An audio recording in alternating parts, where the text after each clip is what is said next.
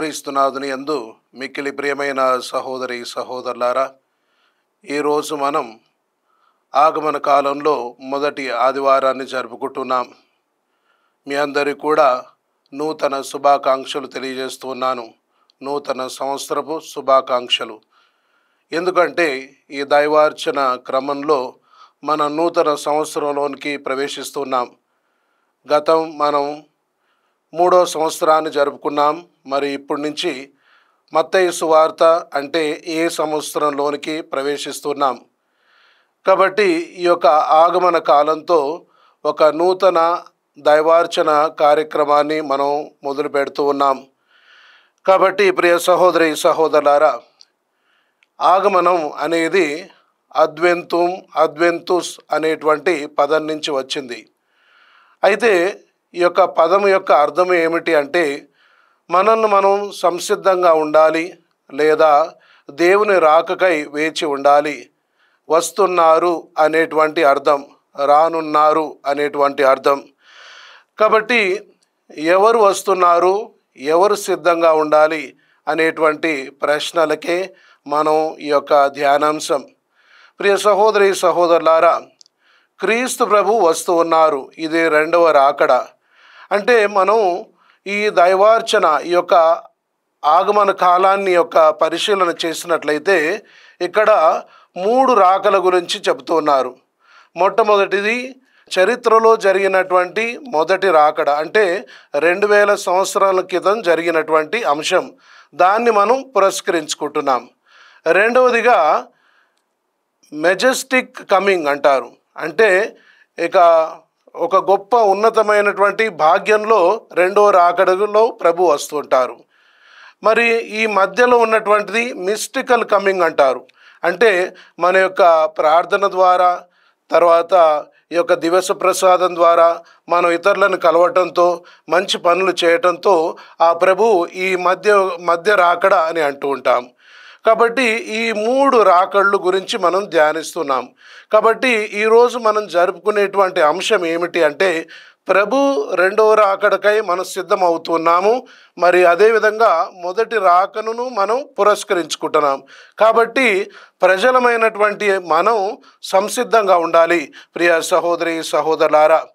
అందుకే ఒకానొక సందర్భంలో బుద్ధుణ్ణి ఒక అతను అడుగుతాడు, అయ్యా, నీవు ఇంత ప్రార్థన ధ్యానం చేస్తున్నావు, నీవు దేవుడవా అంటే కాదన్నాడు.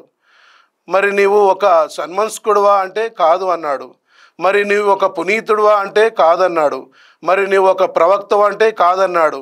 మరి నీవు ఎవరు అని చెప్తే, నేను వికాసం చెందిన వాణ్ణి అంటాడు. అంటే నేను మేల్కొన్న వాణ్ణి అంటాడు. ఐఎమ్ అవేక్ అంటాడు. కాబట్టి ఈ యొక్క ఆగమన కాలంలో మనం సంసిద్ధంగా ఉండాలి. మనం దేవుని రాకడకై అందరం కూడా తయారు కావాలని ఈరోజు మనం ఈ యొక్క ధ్యానాంశం ద్వారా తెలుసుకుంటున్నాం. కాబట్టి ప్రియ సహోదరి సహోదరులారా, ఈరోజు మనం గమనించినట్లయితే నోవా ఒక ఓడలో తన బంధువులు, తన కుటుంబం, తర్వాత తనతో ఉన్నటువంటి జంతు పక్షులన్నీ కూడా రక్షింపబడ్డాయి. అంటే వారు సిద్ధంగా ఉన్నారు కాబట్టి ఆ ఓడలో ప్రవేశించి రక్షింపబడ్డారు. ఎవరైతే ఆ ఓడలో ప్రవేశించలేదో వారందరూ కూడా నాశనమయ్యారు. అలాగే ఈ యొక్క నూతన ఓడ ఎవరు అంటే క్రీస్తు ప్రభు. కాబట్టి క్రీస్తు ప్రభువులో ఎవరైతే ప్రవేశిస్తారో వాళ్ళందరూ కూడా రక్షింపబడతారు. కాబట్టి దానికై మనం సిద్ధమవుతున్నాం ప్రియ సహోదరి సహోదరులారా. అందుకే పునీత విన్సెంట్ ఫెరేర్ ఆయన అంటారు, whatever you do, think not of yourself but of God. నీవు ఏది చేసినా కూడా నీ గురించి ఆలోచన కాదు, దేవుని గురించి ఆలోచన. అంటే దేవుని మీద మనం పూర్తిగా ఆధారపడి జీవించాలి. అప్పుడే మనం సంసిద్ధము అయినట్లు, అదేవిధంగా దేవుని రాకకై మనం సిద్ధంగా ఉన్నట్టు ప్రియ సహోదరి సహోదరులారా. కాబట్టి ఈ యొక్క ఆగమన కాలంలో మనం ఏ విధంగా మనల్ని మనం తయారు చేసుకుంటున్నాం. అందుకే కొంతమంది అంటారు, ఈ యొక్క ఆగమన కాలాన్ని ఒక చిన్నపాటి తపస్కాలం అంటారు.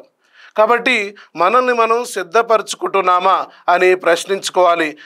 అందుకే ఒక సందర్భంలో ఒక నూతనంగా అభిషక్తుడైనటువంటి గురువు ఇక ప్రసంగం చెప్పడానికి మొదలుపెట్టాడు. చాలా భయస్థుడు.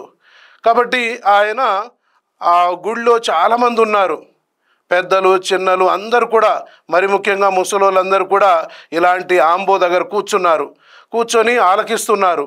ఇక ఫాదర్ గారు వచ్చి క్రీస్తు రానున్నాడు అని గట్టిగా చెబుతున్నాడు. క్రీస్తు వస్తాడు, మీరు సిద్ధంగా ఉండాలి అని. ఇక దాని మించి ఇంకా ముందుకు వెళ్ళటం లేదు. అయితే ఇక బాగా ఈ బల్లను గుద్దుతూ క్రీస్తు రానున్నాడని గట్టిగా కొట్టగానే ఆ బల్ల ఇరిగిపోయి ఒక ముసలాం మీద పడగానే ఫాదర్ అన్నారు, అమ్మ సారీ మన్నించండి, నేను ఈ విధంగా జరుగుతుంది అనుకోలేదు అంటే, అప్పుడు ఆ ముసలావిడ అంటుంది, అయ్యా నీది తప్పు కాదు, క్రీస్తు ప్రభు వస్తున్నాడని ఇన్నిసార్లు చెప్పావు, కానీ నేనే సిద్ధంగా లేను, కాబట్టి నాదే తప్పు అని ఆ ముసలావిడ అంటుంది. ప్రియ సహోదరులారా, మన జీవితంలో గమనించినట్లయితే ఎప్పుడూ సిద్ధంగా ఉండాలి అంటే అర్థం ఏంటిది? మనం ప్రార్థనలో విశ్వాసంలో జీవించాలి. ఆ ప్రభువు రాకడ, రెండవ రాకడ ఎప్పుడు వచ్చినా కూడా, తర్వాత వ్యక్తిగత మరణం ఎప్పుడొచ్చినా కూడా మనం సంసిద్ధంగానే ఉంటాం. కాబట్టి ఈ యొక్క ఆగమన కాలంలో మనం ఏ విధంగా ఉండాలి? ఎలా అంటే, ఒక గర్భస్త్రీ ఎప్పుడు పిల్లవాడిని కనాలి అని వేచి ఉంటుంది. అదేవిధంగా ఎవరైతే బంధువులు ఉంటారో ఆ బంధువులు రాకడ కోసం ఎప్పుడు వేచి ఉంటారు. అలాగే ఒక గస్తీదారుడు ఎప్పుడు తెల్లారుతుందా అని వేచి ఉంటాడు. అదేవిధంగా ఎవరైతే పరీక్ష రాస్తారో ఎగ్జామ్ రిజల్ట్స్ ఎప్పుడు వస్తాయి అని వేచి ఉంటారు.